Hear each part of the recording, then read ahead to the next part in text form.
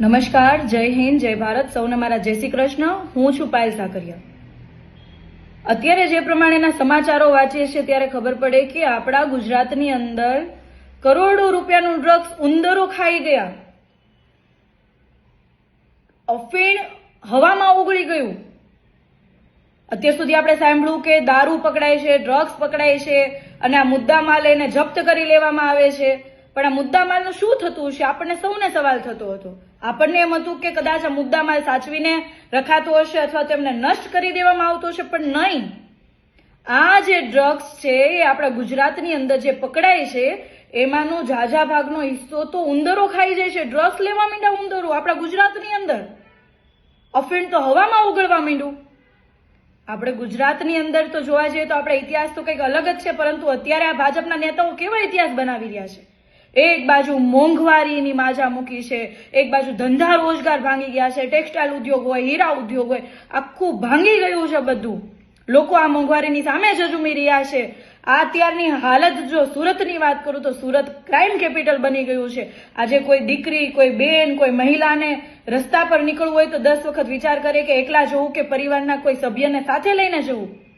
રોજે પેપર ખોલો તો ખબર પડે કે ચાકાના છરીના ઘા ઝીકીને હત્યા કરી દેવામાં આવી, બિલ્ડરની હત્યા કરી દેવામાં આવી, ફલાણાની હત્યા કરી દેવામાં આવી. આ રોજના ન્યૂઝપેપર આપણે વાંચીએ ત્યારે આપણા રૂવાડા આવડા થઈ જાય કે આજે આપણા ગુજરાતની દિશા કઈ બાજુ જઈ રહી છે. આ ભાજપના નેતાઓ સરકાર ચલાવે છે કે સર્કસ ચલાવે છે? કે જેમણે મુદ્દામાલ જે પકડેલો છે ડ્રગ્સનો, એ કોણ ડ્રગ્સ અહીંયા મોકલે છે એ તો નથી પકડી શકતા. ડ્રગ્સ મોકલવા વાળો પકડાતો નથી, લેવા વાળો પકડાતો નથી. માત્ર ને માત્ર જ્યારે પણ પકડાયું છે તે ડ્રગ્સ પકડાયું છે. અને હવે તો હદ થઈ ગઈ. જે પકડાયેલું ડ્રગ્સ હતું એ ડ્રગ્સ ઉંદર ખાઈ ગયા. અફીણ જે પકડ્યું હતું એ અફીણ હવામાં ઓગળી ગયું. અરે શરમ આવવી જોઈએ. શરમ આવા જવાબ આપવામાં પણ. ભાજપના નેતાઓ સરકાર ચલાવે છે કે સર્કસ? આ સૌથી મોટો સવાલ છે. આ શું આપણા ગુજરાતનું ભવિષ્ય ઘડવાના? કે જે લોકો મુદ્દામાલ જે જપ્ત કર્યો છે એ પણ સાચવી નથી શકતા, અથવા તો એવું કહી શકાય કે સાચવવાની દૂરની વાત છે. આ કયા ઉંદરો ખાઈ ગયા તમને મને બધાને ખબર છે. અને હજી પણ આપણે ચૂપ રહીશું? ભાજપના જે તાનાશાહી જે વધી રહી છે, જે તે સમયે અંગ્રેજોની માનસિકતા હતી, એ જ માનસિકતા આજે આ ભાજપના નેતાઓની અંદર આવી ગઈ છે, ભાજપની સરકારની અંદર આવી ગઈ છે. આજે ના તો મોંઘવારી દૂર કરી શકાશે, ના તો યુવાનોને રોજગાર આપી શકાશે, ના સારું શિક્ષણ આપી શકાશે, ના સારી આરોગ્યની વ્યવસ્થા ઉભી કરી શકાશે.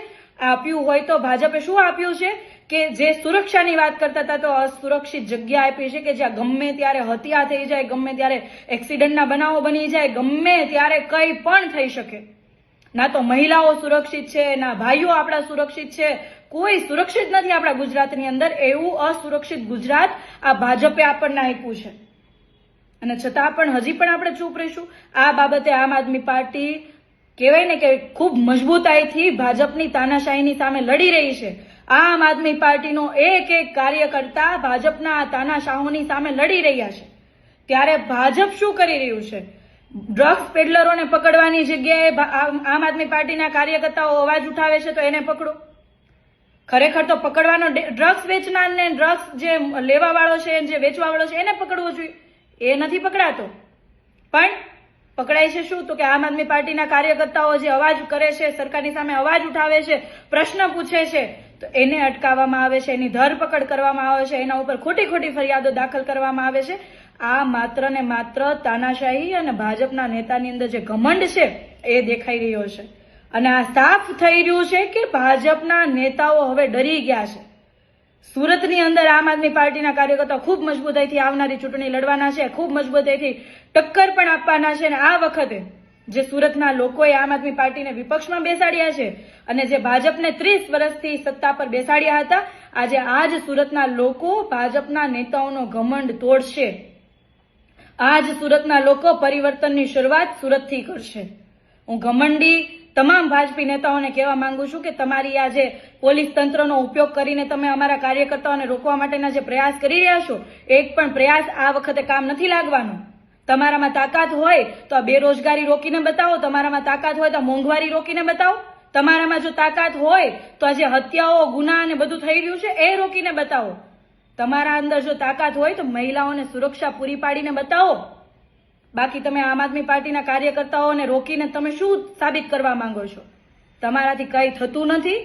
તમે માત્ર ને માત્ર સરકારના નામે સર્કસ જ ચલાવી શકો છો, અને જે હાલમાં તમે ચલાવી રહ્યા છો, ખરેખર હું તો તમામ લોકોને હાથ જોડીને વિનંતી કરું છું કે આવો આપણે સૌ જાગીએ અને આ જે અંગ્રેજો જેવી માનસિકતા ધરાવતા ભાજપના લોકો છે એની સામે અવાજ ઉઠાવીએ. આજે આપણે નહીં બોલીએ ને તો આપણી આવનારી પેઢી માનસિક ગુલામ થશે, અને જે યુવાનોને બરબાદ કરવા માટેનું જે ભાજપનું આખું ષડયંત્ર છે એ ષડયંત્રની અંદર જો એ સફળ થશે તો આપણી યુવા પેઢી બરબાદ કરી નાખશે.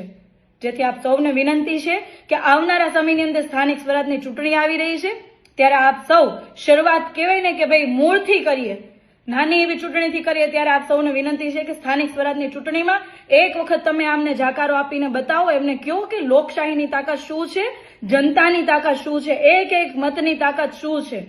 અને આ વખતે એમનો ઘમંડ ઉતારવો જ પડશે. જો ઘમંડ નહીં ઉતારીએ તો આપણી આવનારી પેઢી પણ માનસિક ગુલામ થશે.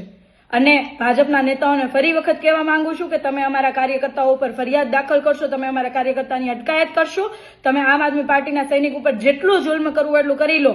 પણ આવનારા સમયની અંદર તમામ સુરતના લોકો, ગુજરાતના લોકો આ બાબતનો જવાબ આપશે.